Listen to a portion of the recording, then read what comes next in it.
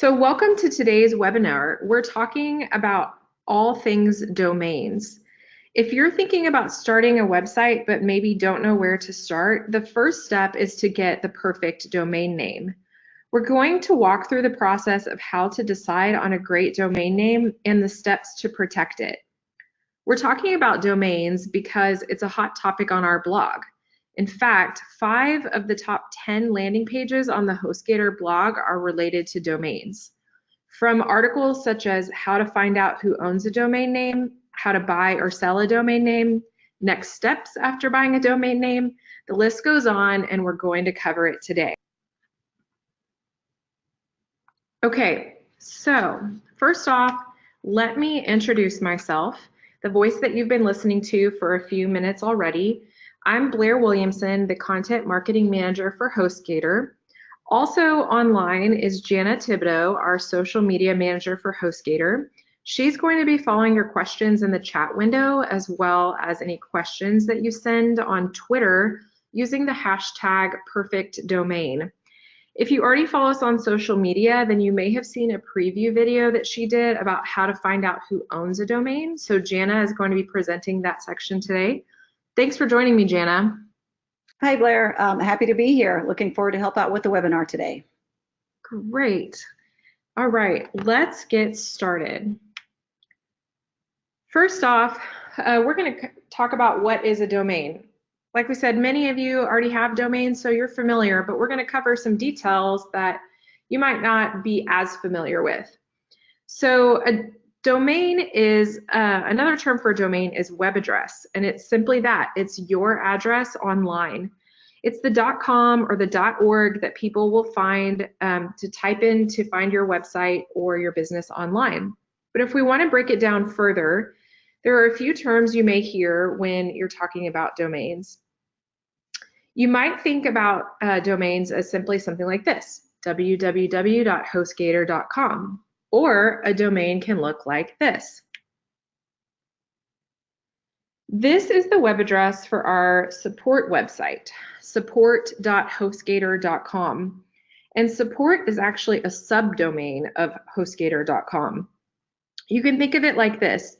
The subdomain is related to the main domain, or it's registered as part of the domain, but it still keeps its own website files and its own search results. It's sort of like if you had a garage apartment that's attached to your house.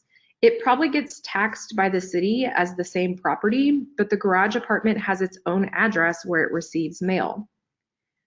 Then we also have a TLD, or top level domain, that refers to the part that comes after the dot in your website. The most common TLDs are .com, .org, .net, and .co. You're probably best off choosing .com if it's available, or if you're a nonprofit, then .org might be more appropriate. You can also get a CC TLD or a country code TLD if your website is going to be country specific. So for instance, maybe your business is only available in Mexico, then you can have the .mx TLD or .ca for a business in Canada. TLDs will vary by cost based on how popular the TLD is. So for instance, the most popular and desirable TLDs such as .com and .org will be more expensive than something like .us or .info. But price shouldn't be the main deciding factor for the domain that you choose. Your domain has a lot to do with brand recognition and brand visibility online, so let's talk about how to choose wisely.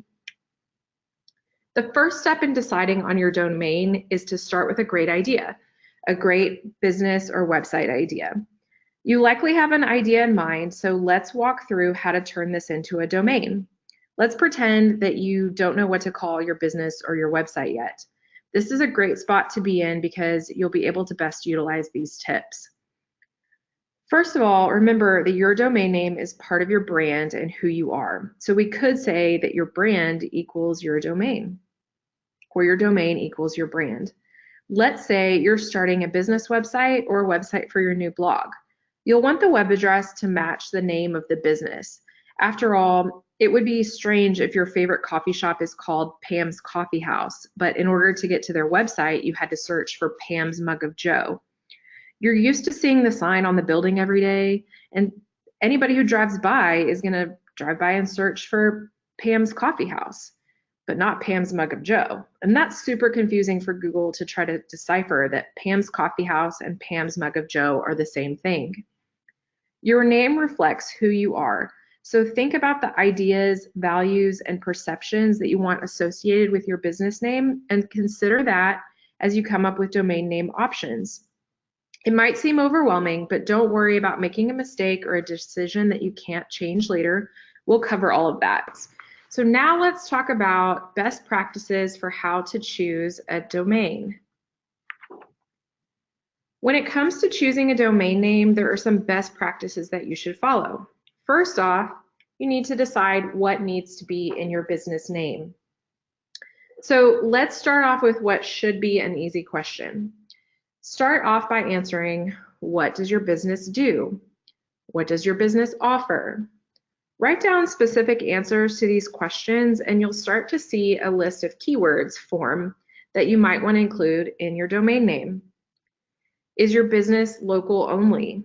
If so, then you might want to include the city where you're located, or you might want to grab a domain for each city where you have an office. Are there other similar businesses nearby? You want your business name to be unique from your competitors.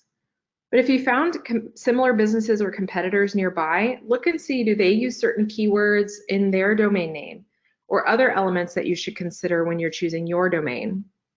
Consider a domain name that is broad enough to grow with your business. Maybe your business is going to expand, or maybe one day you'll sell it. For example, maybe instead of Pam's Coffee House, you might want to be Pam's Coffee if you plan to roast your own coffee beans one day. The next step is keep it short. So your domain name should be fairly short so that it's easy to remember. A longer domain name can be subject to potential for typos, which can be really frustrating for someone who's trying to find your website. Another way to think about this is think about how your web address will fit on a business card. You don't want the web address to take up 2 lines because that would look unorganized and potentially confusing. So here's an example, wallyswindowwashingcompany.com. Okay, it's a mouthful, right? Simply just saying it out loud, it's a lot to say. The domain is actually quite long as well. Some of these words aren't necessary and they could stump someone when they're trying to remember what exactly was in the URL. Somebody might wonder, was it Wally's window washing or Wally's window washing company or Willie's window? I don't know. But it could simply be shortened by just removing the word company, and that might make it a little bit shorter and easier. The next tip is make sure your domain is easy to read and say out loud. So think about it like this. When you're having conversation with someone and they ask where to find you online, you want your website to be easy to say, easy to pronounce, and easy for someone to assume the correct spelling.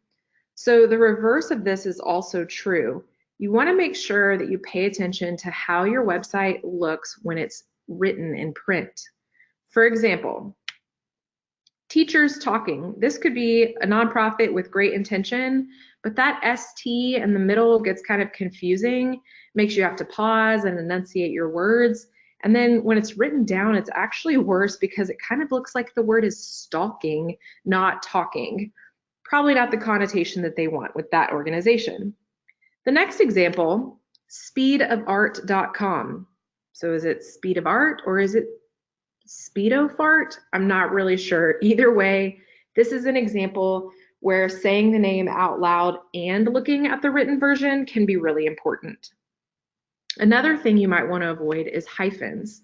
So for instance, Disney-clothing. Okay, so when you say that out loud to someone, they might wonder, like, do I spell out the word dash or is it like a hyphen dash? You know, it just makes it a little bit less confusing if you can think about making sure that your domain name is easy to say out loud and easy to read in print. Next thing you're going to want to think about is which TLD do you want? Do you want .com or are you willing to consider other TLDs? Think about what TLDs are important and popular in your industry. Are there certain connotations that go along with a TLD that you want to avoid? Finally, what other variations do you want or would you be willing to consider? Grab different variations of your domain name, such as like the plural version of your name, shortened versions, or even an acronym. You don't want someone else to come along and try to mimic your business or your business name. So you don't want them to come along and create a website that looks like yours or is similar to your domain name. So grab the versions that will best help protect your brand name. Okay, so we've gone over best practices for how to choose a domain name. The next thing if you're still not completely sure about what to do, you can try a domain name generator. So if you're still stuck, review best practices again, or think about a domain name generator. A domain name generator is a software where you can input your keywords, the city, category, or industry, and other pertinent information about your business, and it will give you ideas for a website domain. I will say that the options aren't very creative as far as coming up with a catchy business name, but it usually gives you a pretty basic verbatim answer based on what you put in.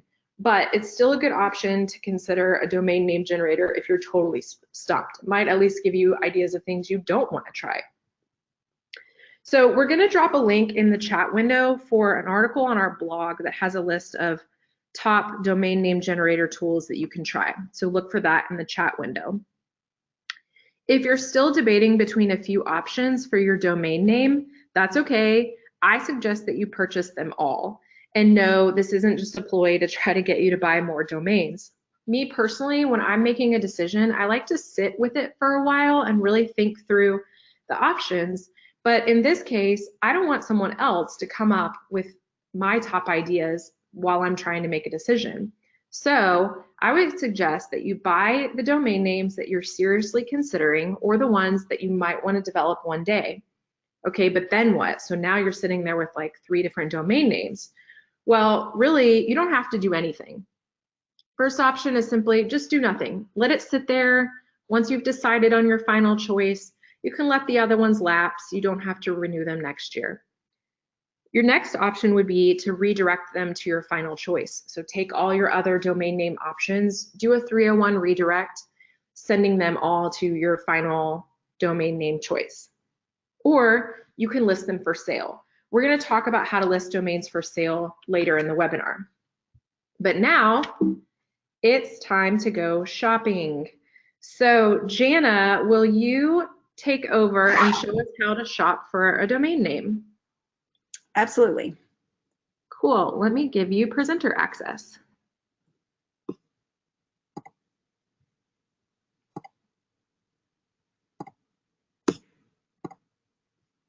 Okay, so it looks like my screen is sharing.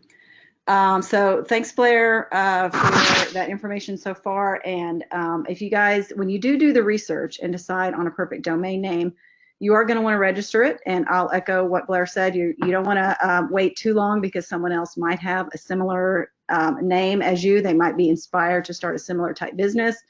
And when you go look for it, it might not be available. So go ahead and grab those as soon as you can so that somebody else doesn't get them. There's lots of places where you can go and purchase a domain name. We're on HostGator.com and we've got a domain button right here. So let's look for this example. I've got mysnappysite.com, and you do want to put the TLD in there because there might be some that are available and some that aren't, so do put in your top choice, and we're going to see if that's available.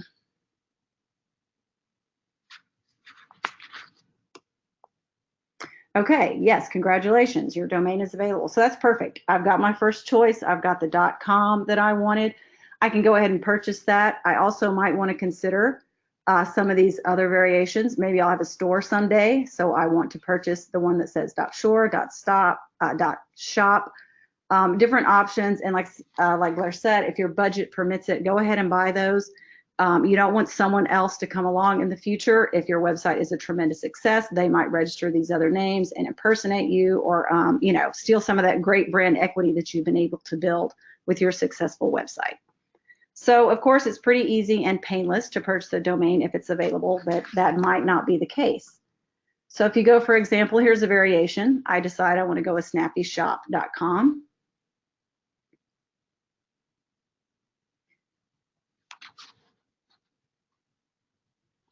And the results tell me, oh, it's not, snappyshop.com is not available. I can go ahead and decide to purchase one of these other variations if they're going to work for me. Down at the bottom, it's got, some other variations. This is kind of like those web suggestion, those domain generator tools. Maybe one of these are going to work for me, or I can use one of those other external tools to help come up with a name since this one is already taken. But if I've got my heart set on that one, there are ways you might be able to figure out to purchase that domain. Buying and selling domains is a very common practice, and you might get lucky that someone who has this hasn't actually built a site or has a site that they're willing to give up. So how do you find out who owns that? There's actually a website for that as well. There's the ICANN Who Is database directory, and they collect information on every domain that's registered. They actually have the domain name and the TLDs, and then they display, they collect the registrar information, your name, business, phone number, email. So all that information will be available.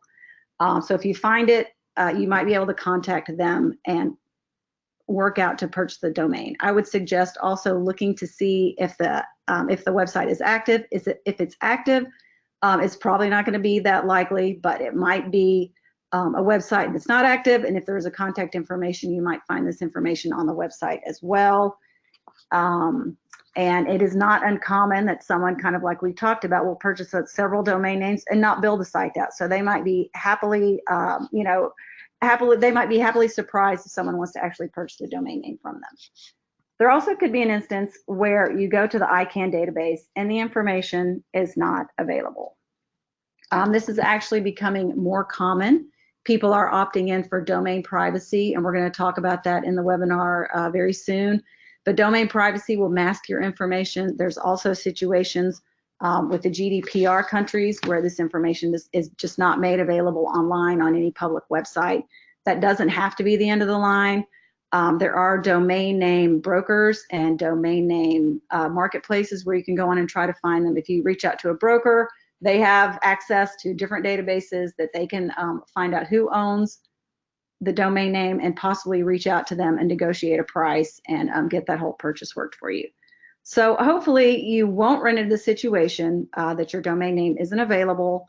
So if you do and you're able to purchase it, that's awesome, congratulations, but that's just the first step. There are additional considerations to managing the domain going forward, and I'm gonna hand it back over to Blair to go into some of those.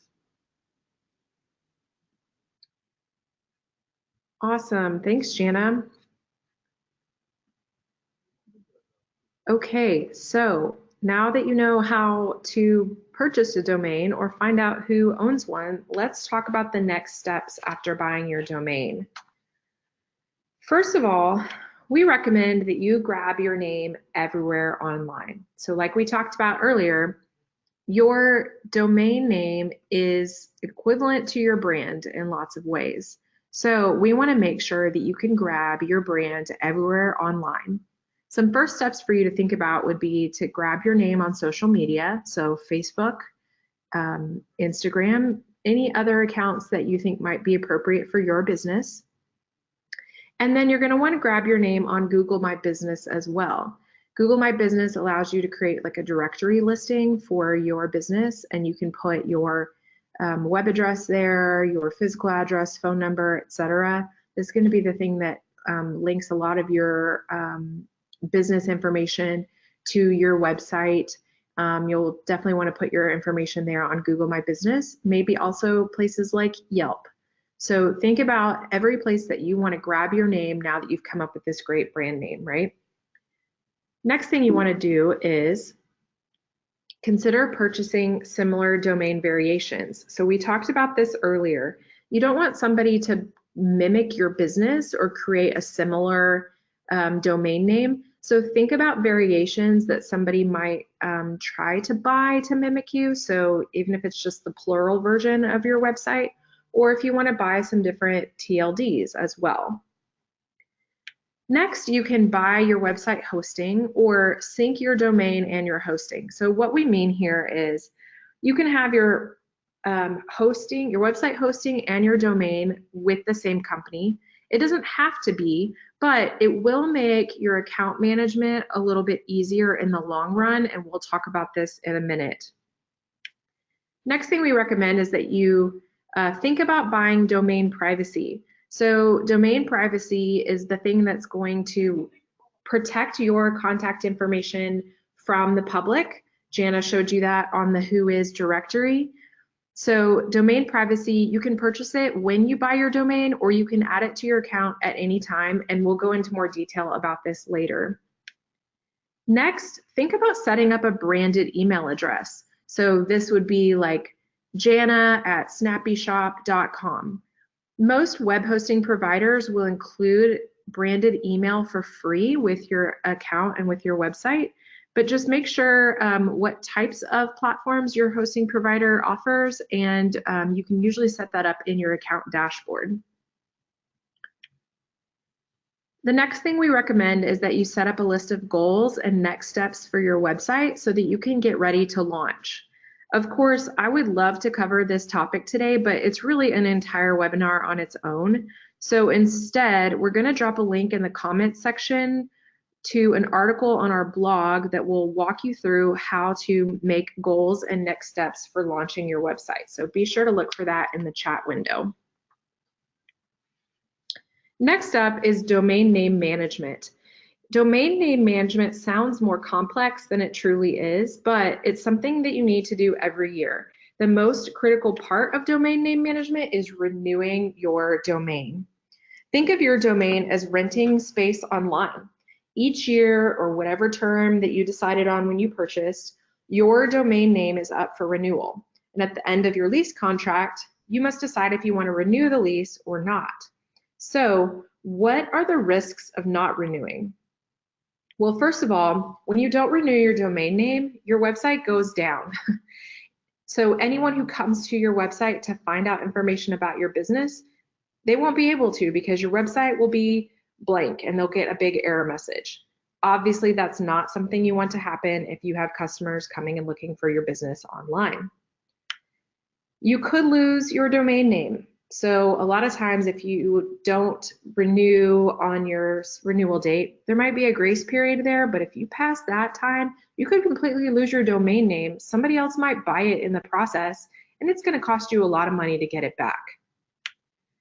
You could lose domain authority. So this means if your website's already ranking in Google for certain search terms and your website goes down for an extended period of time, when Google comes back and tries to scan your website again and they don't find it, you're going to lose all that work you had put together on ranking for Google search. Obviously not something you want, because that's going to be detrimental to your business. Finally, someone could charge you a lot of money to get it back. Like we said, if you lose your domain name and somebody else buys it in the process and then you want to come back and get it, it's going to cost you, and it's a challenge you don't want to have to face. So don't forget to renew your domain. Here's some ways that you can make it easy. First of all, keep all your renewals in one place. So we talked about this earlier. Your domain name and your website hosting doesn't need to be with the same company, but if you keep them with the same company, it will make your renewals much easier. You'll get one email reminder from one company. You won't have to remember which company had the domain versus where you normally log into your website. It's just going to make it a lot more simple so that you can update all of your renewals at once. Second, you can select auto renewal when you purchase. So when you purchase a domain, you can look for the little option to automatically renew the domain. Typically with HostGator, this is already set in process so that you don't forget to register or to renew it.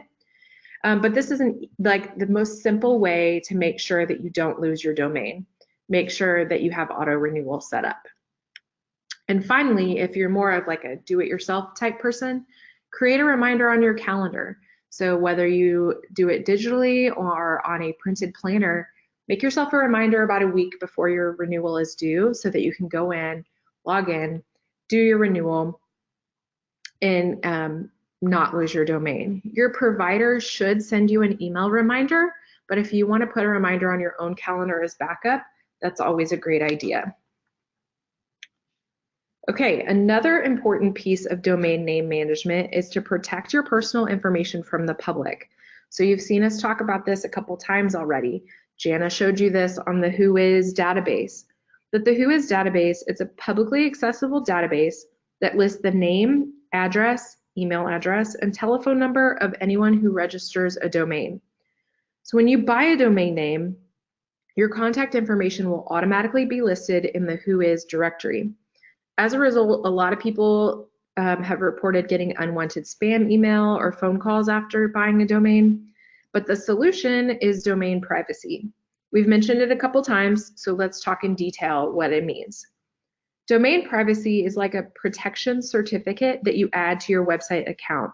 Instead of listing your personal information in the Whois directory, contact information for the hosting provider will be listed instead. So that's us, HostGator. Basically, we are vouching for you since we know who owns the domain. Whois can contact us instead. Effectively, our information is used to mask your information from public view. You can add domain privacy to your account when you purchase the domain, or you can add it at any time through your dashboard. So now we've covered best practices for how to choose a domain name, how to buy and protect your domain name, and then if you were one of the people who purchased several domain names during the decision-making process, let's talk about how you're going to sell a domain. Jana, would you walk us through that process? Yep, happy to take that on. Okay, there's my slide. So yeah, if you did find yourself with extra domains that you decide you don't need, don't use, you went a different direction or pick the one you finally want to use. If you do want to sell them, there's a couple of things you can do. First of all is to, you could do nothing and you could let them lapse and just let them become available for somebody else to register when they come due. If you do decide you might want to recoup some of that investment, you can decide to sell them. And there's a passive way to sell them and then a more time-intensive active way to sell them. The passive way is just to remove the domain privacy. And this will make your information available on that Whois database. So that's a great option if it's not urgent for you to sell. Maybe you would be happily surprised if somebody contacts you to want to purchase them. You might consider, if you do remove the domain privacy, that you use a unique email so that if those spam accounts do start to hit you, it's going to go to a secondary email instead of hitting your primary email and blocking that up. If you do want to sell it and you want to list it yourself, you can do that on eBay, Afternic, Flippa. There's some examples. But before you list it, you're going to want to figure out how much it's worth. So go through these steps to figure out if your domain is going to be worth anything to somebody else. And it's pretty much a checklist that follows along the best practices. If it's a .com TLD, it's going to be more valuable than something else. Whether it be a .net, .org, or a country-specific domain ending. If it's short, does it have a lot of words? Again, does it look good? Does it sound good? Is it common terms? Something like a Wally's window washing company might not be great because it's very specific. But if it's a generic term, best window washing, maybe somebody will want to purchase that. So kind of do your research and figure out if it's something somebody's going to want. Does it fit all of those best practices? And that's going to make it more valuable. So if you think you do have a domain that's worth something and you want to make it available, you can list it yourself. That's a little time consuming because you have to do the work before and after. To get it on the site, you have to figure out the information you want to put with your listing. I'm going to talk about that in a minute. Another way to be active about it, but maybe a little hands-off for yourself, is to list it with the broker. There's Cedo is a broker that buys and sells domains. So if you're looking to buy one, they may be a broker you approach to purchase a domain. If you do want to sell it yourself and you figured out, you think you know what it's worth, you do have to come up with a listing. And this is much like selling anything else aftermarket, whether it be on an eBay, a Craigslist, if you're selling a house or a car. You have to kind of come up with a list of features. What makes it valuable? Why would somebody want it? For example, does it have any existing traffic? Did you ever build a site on it where you built up some equity with Google or otherwise? Highlighting these things and the potential value of the domain is going to help justify maybe a higher price and make it more attractive to buyers. So beyond the listing, if you're doing this yourself, you have to figure out, how is the money going to change hands? If I sell my domain, how am I going to get that money? Is it going to be safe and secure? Is it online? Is it a direct bank transfer? So just make sure you have those decisions made up front. If you are going through a marketplace or a broker, they're probably going to have a secure process already in place to do the transfer of funds. But that's just the first thing. Transferring the funds, make sure that you get your money and they get the domain, but you actually have to transfer the domain so that the new owner can take it and actually build a site and put it on that URL. So I think that now I'm going to pass it back over to Blair, and she's going to talk about how to transfer the domain if you do buy it from a third party or sell your domain to a third party. Cool. Thanks, Jana. So if you are needing to transfer a domain, we talked about this earlier in the webinar, how domain name management can be a lot easier if your domain and your website are hosted with the same company. As we said before, technically they don't have to be. Your website can be hosted in one place and your named server can be with another company. However, the entire process will be easier if they're all together with one company because you'll get your renewal notices from one place. So the process to transfer a domain name, it will vary by hosting provider. But if you're interested in transferring your domain to HostGator, there's a link on the screen where you can do that. And then also, we're going to drop a link in the chat window with the detailed steps that you're going to need to take. But usually, you're going to initiate this process with the company that you want to move the website to. So look for that link in the chat window. Okay, so we've covered a lot. I want to go over the high points again so that you don't forget some of these important points regarding a domain. Remember that your domain name reflects your brand, so we want you to choose wisely. Remember some of the top tips, such as keep it short. Make sure that it's easy to say out loud and that it also reads well in print. What keywords do you want to include in your domain? And how are you going to differentiate yourself from competitors? Second, remember to grab your name everywhere online. So get your brand name on social media, on Google My Business, Yelp, any other accounts that's appropriate for your business to have. Then you can sync your domain and hosting. Again, they don't have to be with the same company, but this really will make it easier for you in the long run. You can buy domain privacy. Remember, that's the certificate that's going to protect your contact information from the public and hide it from that WHOIS database. You can purchase domain privacy when you purchase your domain, or you can add it at any point to your account. And don't forget, renew your domain each term.